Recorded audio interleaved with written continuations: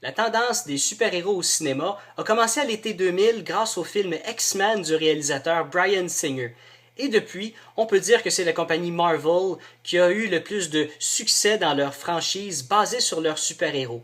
Tandis que DC traîne un peu de la patte. On se rappelle en 2004, le film Catwoman n'a pas été un succès commercial. Après ça, en 2006, ils ont essayé de refaire la franchise Superman qui n'a pas très bien fonctionné. Ensuite de ça, en 2010, le film Jonah Hex a été un flop commercial. Et l'année suivante, en 2011, le film Green Lantern n'a pas très bien fonctionné non plus. Par contre, ce qui a extrêmement bien marché pour eux, c'est leur franchise de Batman, qui a été repensée grâce au réalisateur Christopher Nolan.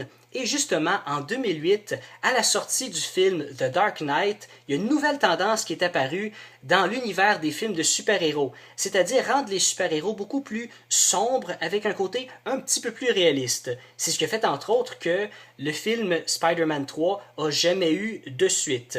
Pourtant, le scénario était écrit, tout le monde était prêt à passer en pré-production et finalement les studios se sont dit on cancelle le projet, on refait Spider-Man avec un côté beaucoup plus réaliste et sombre pour copier un petit peu ce qui a été fait avec The Dark Knight.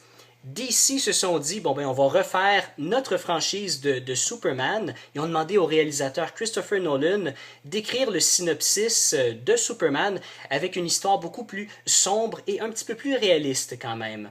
Et ils ont demandé au réalisateur Zack Snyder de faire le film. Alors on se rappelle, c'est lui qui a réalisé le film 300 en 2006, qui a été un énorme succès, autant au niveau des critiques que commercial. Il ne faut pas oublier aussi que Snyder a aussi réalisé en 2009 le film Watchmen, qui est basé sur une bande dessinée de DC et qui a eu un succès commercial très acceptable. Et ce qui est spécial, c'est que The Man of Steel a eu un budget de 225 millions de dollars qui a été presque remboursé avant même la sortie du film, grâce à des partenariats avec d'autres compagnies. On peut penser entre autres au pub Gillette où on voit Superman et il demande aux gens « Mais avec quoi pensez-vous que Superman se rase ?» Dans sa première fin de semaine de sortie, le film a fait 189 millions de dollars au box-office international. Donc, qu'est-ce qui va se passer dans l'avenir pour Superman? C'est pas compliqué. Il va y avoir d'autres films, probablement réalisés par Zack Snyder aussi. Et évidemment, il y a un but à tout ça. Si on se rappelle bien, Marvel, pendant des années, a préparé l'arrivée du film The Avengers avec plusieurs franchises. On pense à Iron Man, on pense à Captain America, Hulk, qui n'ont pas encore trouvé la bonne façon de le faire, mais avec The Avengers, je pense qu'ils sont arrivés à ça. Et évidemment, le film Thor, dans le but de créer la méga franchise The Avengers. Et c'est ce que DC veut un peu faire aussi. Ils veulent recréer le film The Justice League qui comprend plusieurs de leurs super-héros, dont Superman, Batman, Wonder Woman.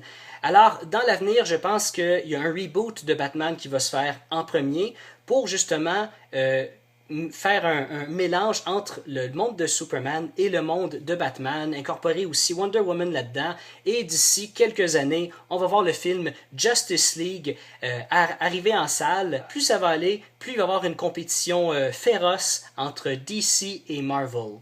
Bon cinéma!